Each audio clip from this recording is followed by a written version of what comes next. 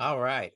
Great day, everybody. Allow me to introduce myself. My name is JD Mass. I have a doctorate in organizational psychology. And what my studying taught me is that culture is developed from how it starts, the intentions of those starting it, and how things proceed into developing into patterns of behaviors amongst people. And I bring this up because we're in a time where changing our culture is very important, especially to our younger generations. We have developed such a culture of deceit, such a culture of harm, violence, destruction. And it's time that we really analyze how do we change that and recognize that we need some new information, new approaches in order to do so. So that is what we're going to talk about. I wrote this book, Race for What? And in it is stories of my journey plus 7 steps to healing the harms of our culture. And I bring this up, these 7 steps, because we're going to talk about each step 1 month at a time. The first step is not to make a move, to seek some understanding. And in order to do so, it's really important to understand why. And that's very important. We open up our eyes to some of the history of our own harm towards Black folks, and that's very important. But we too often have to lean on them to know and understand ourselves better. And that is what we hope to really dissect more and more in these 7 steps to not only give us a better understanding of ourselves, but to also give us a better understanding of how we can participate in the healing process and start to build a much better world for all of us and our future generations. So, a few concepts that I want to talk about before we get into this first step is one, the power to define.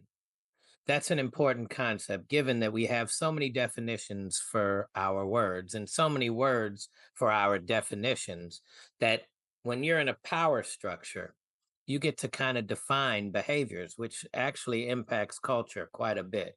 I learned about the importance of the power to define from Ben Ami, a leader in the development of what's called the Kingdom of Yah in Israel. And Ben Ami taught in his first book, God, the Black Man and Truth, that the power to define becomes important in how we heal.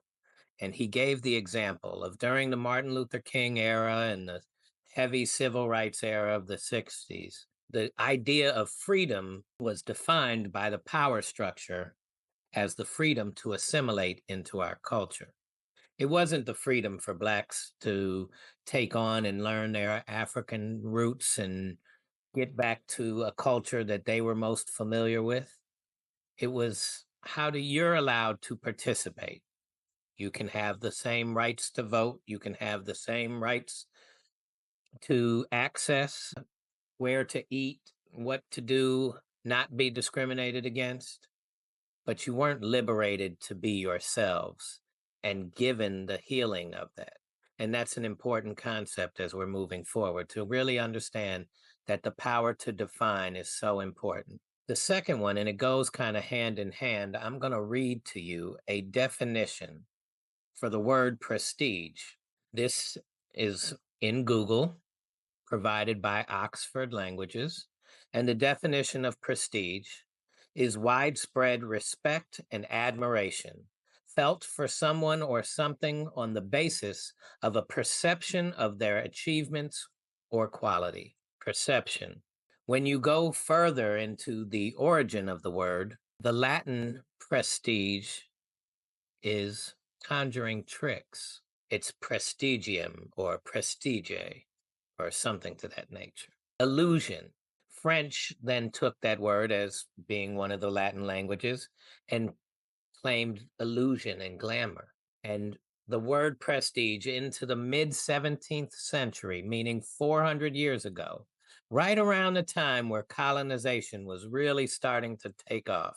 The idea of prestige, conjuring tricks and illusion. And that's important for us to understand.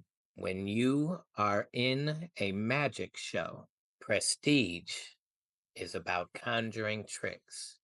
When you are in that magic show, what you can see doesn't trick you, but what goes on behind the scenes can. If we don't know information, if we haven't been taught information, maybe there's a reason and a purpose for it. Maybe it's to trick us. So let's keep those things in mind as we're moving forward. We're going to break down the concept of really seeking understanding, right? Very important in the first step. And the reason why it's so important is because we often get aha moments, especially I've seen this a lot in anti racism work, or we don't want to be known as racist, right? So we'll go and do things to prove that we got it. We're not racist anymore. Or I figured it out. Racism still exists. I need to do something about it. Very important feelings. You don't know anything yet. And that's important to also understand. We don't know what we don't know.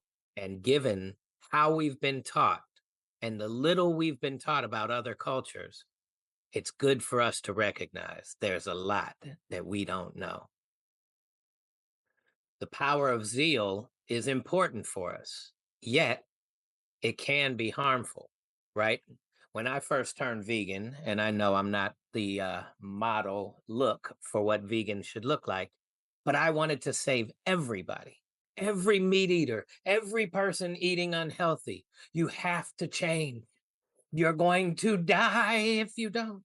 That didn't help, right? Turns people off. I knew too much. I just made the change myself, and I forgot all about what I didn't want to go through in making the change. How I had to be coerced into making the change through a bet. But I did, and it benefited me.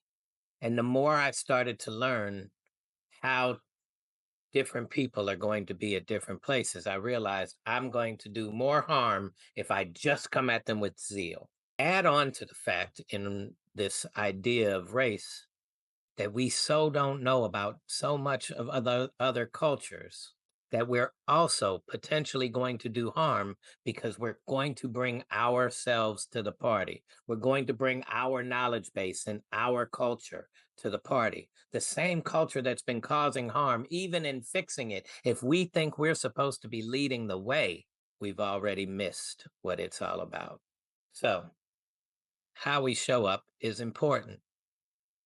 I worked for a man that claimed to be addicted to social justice, claimed to be addicted to want to develop communities that were of low income and needed help with developing them, specifically and especially in Black communities. And he would show up and he would come with his ideas. I got it.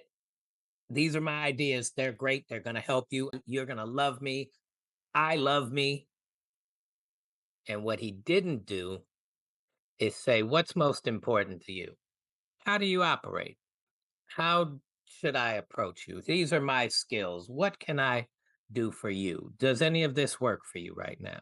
Because I remember him coming back to me and saying, I got this great opportunity for bringing high powered fiber and Wi Fi to the community. And do you know the community leaders told us Wi Fi? We need Pampers and food. Can you imagine they didn't want to go with my Wi-Fi? My Wi-Fi is going to get them education. They can get the Pampers and food after they're educated and this, that, and the other. Right. That's the problem. We show up not knowing what we're showing up into. And we don't even realize if you can't breathe, me talking to you about what you're going to have for dinner on Saturday doesn't mean anything to you. You need to breathe.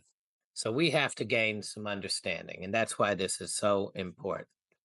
Few questions we should ask ourselves.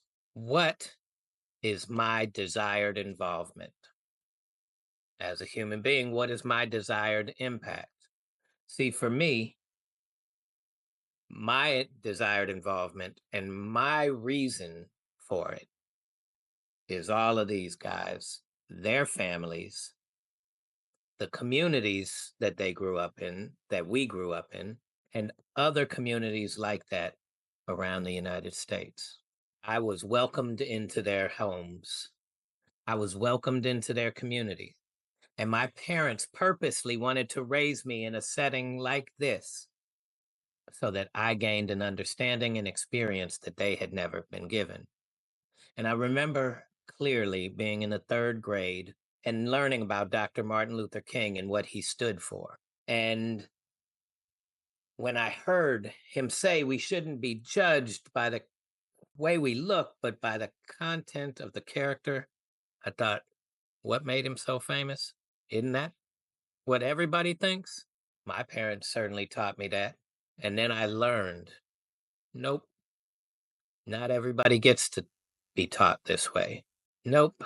There's systems in place that actually prevent a lot of us from even learning what I was able to experience.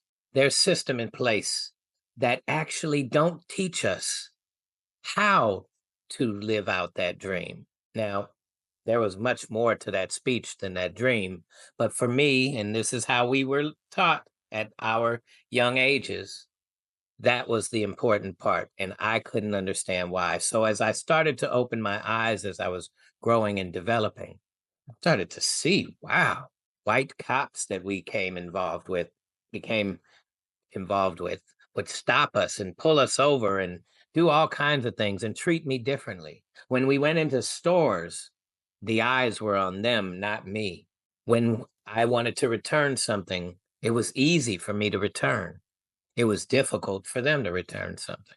I started to think, why? Why? Beyond why does that person want to do this? Why did we create a world where this is the prominent thing? And I've been on that journey ever since. And that's what I want to share with you, what I've learned along that journey.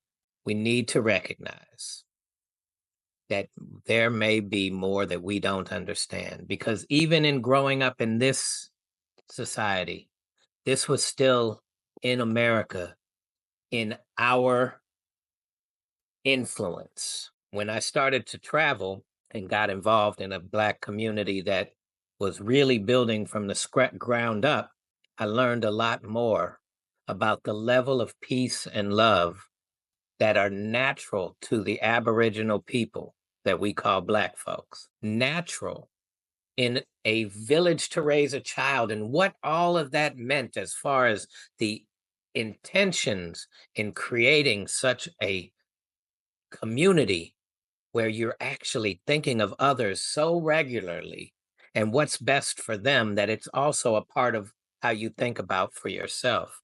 Those things were eye-opening for me, and I didn't know, even though I grew up in this setting with parents that constantly talked to me about these systems, I didn't know the experience on the other side of what it really looked like when Black folks weren't impeded upon constantly in their lives by our culture. So there's a lot we don't know and we don't understand. And that's why taking this step is very important. Well, so let's take an example. If you see an accident happen and you know nothing about physical trauma, how to identify what trauma took place or treat it, can you at least acknowledge when you go in and you have a desire to help, right? We have this desire to help this person that just was injured in this accident. Can we take the moment and say, I don't really know? There may be things that I don't really know, because we could move them a certain way and hurt them, but we didn't know. We were just trying to do our best. We could cause more pain and more injury if we go in there not recognizing that our desire to help is just not enough.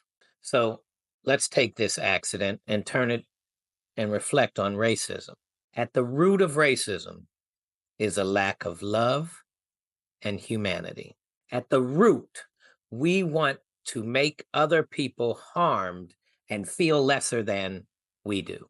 We want to create systems that make it seem like we're so much better, the deception. And we are constantly causing harm until we heal those things. Here's how deceived we were going into this. We left this northern region of Europe and we violently took controls of lands and resources that were being offered by the people who occupied those spaces. Think about that for a moment. We went in and they were gracious enough to share, and that wasn't good enough for us. We violently took it. So let's take a step further back and let's say why. Why would we do that? Let's identify that is a bully type mentality, right? Bullies go in, they don't pick on the weaker people, because I don't want us to ever think that people of darker skin are weaker people than us. We have been weaker. So let's identify that as we move forward. Violently using violence is not a show of strength. It's actually a show of weakness, because we could have seen a great life for ourselves in sharing these resources. And instead, we violently took control of it because we were afraid of something. What is that? What caused us to be that way? When you see a bully, they pick on the person that won't fight back. They pick on the person that has what they want.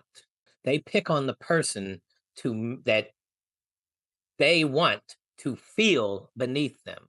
When we see a bully in our education system, as children are bullying other children, our job as adults is to go, what is going on behind the scenes? What is going on that makes that person want to bully somebody else? Let's take a look. Let's ask ourselves why. Why does that person have a self-image of themselves that makes them feel like they have to bully and put someone down? Because if you're feeling good about yourself, you're okay with lifting people up. What is it in their subconscious that makes them think that that's okay? And after they get a result from it that they feel like is benefiting them, why do we continue to justify our behavior by doing it over and over again, therefore feeding that beast inside? This is an important approach to anti-racism, to cultural change. Why did this happen in the first place?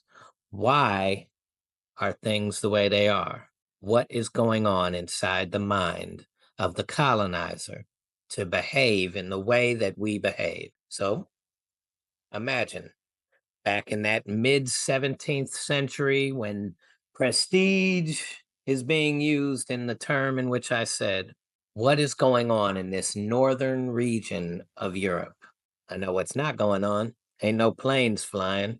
I know what's not going on. Ain't nobody driving. I know what's not going on. There ain't internet and cell phones and computers. Nope, none of that exists. We are outside and humans are in touch with the earth. But in that northern region of Europe, there's a scarcity of resources. There's a scarcity of sun, which, by the way, we need. And that northern region of Europe, what we call, that's where a lot of people that looked like me lived. We had to. There was less sun up there. But where there's less sun, there's less resources. And if we get our nutrients from the earth, our needs of all these resources from the earth to make us whole, then you can imagine Europeans aren't whole. That's a hard concept to swallow. That region doesn't give us what we need to be whole, because our bodies are made up of what the earth is made up of. But we need to be up there because we have less melanin in our skin, or we got less melanin in our skin as people started to move from the mid-African regions of the world and Asian, India, and all of those places into the northern regions. Maybe we got lighter because there was less sun. But for whatever reason, us less melanated folks ended up in a region where we needed to go elsewhere to get our resources, our nutrients that our body needed so we would not be sick. Because guess what? When you don't have everything that your body needs, you get sick. We spread disease throughout the world. We don't ever want to talk about that. That is not something we want to admit as we're trying to maintain this idea of superiority. But that's how we won a lot of our colonizing battles. When you have a scarcity of resources, if we are limited amongst all of us watching and me, and we have this amount of water to drink to survive on, you can imagine we're not going to be friends. You can imagine that I'm going to see you as an enemy because every sip you take, I can't have any. So I just took a sip away from you and your child. And if you think about it, this is the economic platform that we use right now. Somebody's taking something out of my family's mouth. We see people in our industries as competitors. Why? Because we have a scarcity mentality that there is not enough on this earth for all of us to share. We don't develop community, we developed individualism. It's everyone for themselves. Mano a mano. You walk out that door, and that is a competitor naturally in your instinct to view them as such. Or let's us get together and we'll be competitors with those out there, but we need to go get the resources. There's still a level of community, right? So here we go into these places and we bring this scarcity mentality to people who live where there's an abundance. In India, there's an abundance of spices and nutrients galore for us. And we don't even see it. They were probably willing to share. I bet you could find all kind of writings on how they were willing to share. And then we showed up and we just took and violently wanted to control those resources because they had and we didn't. In Africa, it is a known cultural concept that a village to raise a child. When I went to Israel to visit the Hebrew Israelites, I saw a young child running through the village.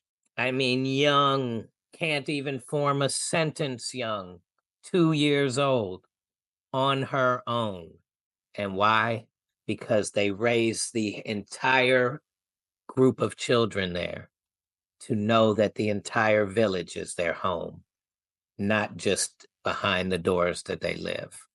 That takes a different kind of mentality of sharing and caring for one another, of thinking of others.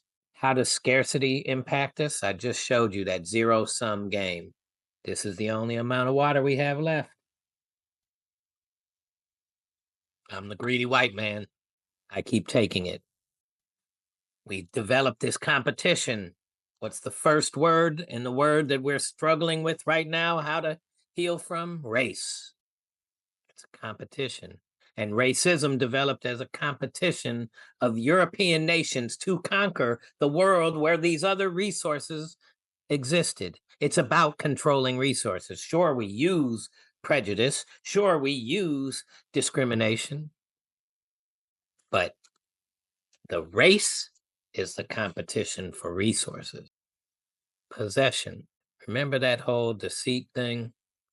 If you look at our language, we have a lot of words that mean some really deceitful things. Spelling puts you under a spell.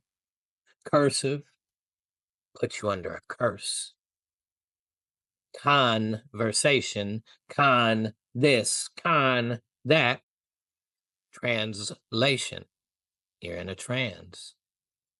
Possessions, which are so important to our culture. Oh, what do you possess? You sound possessed to me. And control. We want control. We love control. That's a lot to digest and a lot to give us an understanding that we need to know more about ourselves, and we need to recognize that we have not been taught about others. So as we go forward with the other 6 steps, let's keep in mind our openness to learn and the fact that we don't know what we don't know. Thank you.